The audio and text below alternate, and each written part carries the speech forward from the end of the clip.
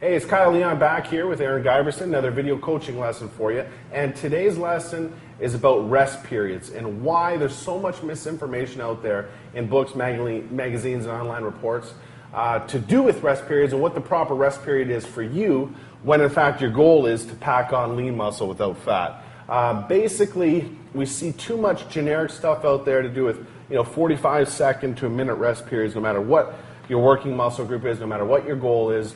And this is something we want to clear up and explain to you in a little bit more depth. I'm going to pass it to Aaron to take it from here a little bit and explain why we decided to make this video. Yeah, well, I mean, you take Kyle and I, for example. We've been training together for the past little while, and we're doing the exact same workouts. We're both killing ourselves in the gym, yet we have totally different rest times. I'm almost double a lot of Kyle's rest times in the gym. And this is an important thing, is that we all have our own internal clocks. We don't go by the clock on the wall.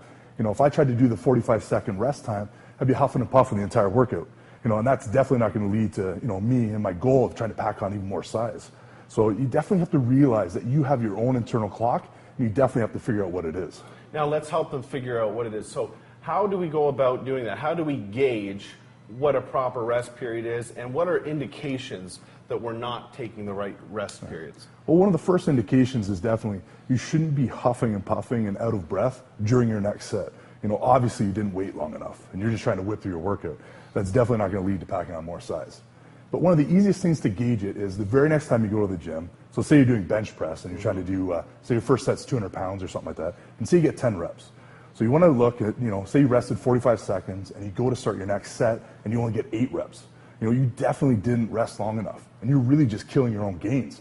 So you want to look at, the rest periods you're actually doing and if they're actually hurting your reps in between sets. Yeah, you can't see a significant drop. You can't see a 20% decrease in the amount of reps you get the next working set, because in all honesty, you basically wasted that working set if your goal is to pack on muscle and to get stronger.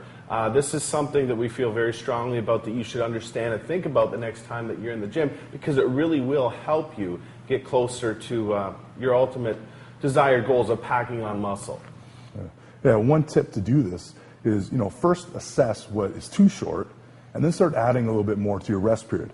So say you were doing 45 seconds and you realized it was too short, well then start with a minute or a minute 15.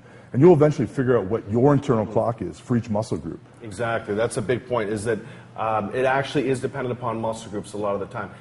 Believe it or not, individuals sometimes recover differently for their individual muscle groups. I mean, myself personally, my central nervous system seems to get taxed a lot more significantly for my legs than in other muscle groups, and I really need that extra 35 to 45 seconds compared to even a bigger muscle group of mine like my back. It takes me that much time to recover, to know that I'm going to hit that next set with 100% intensity that can induce muscle growth.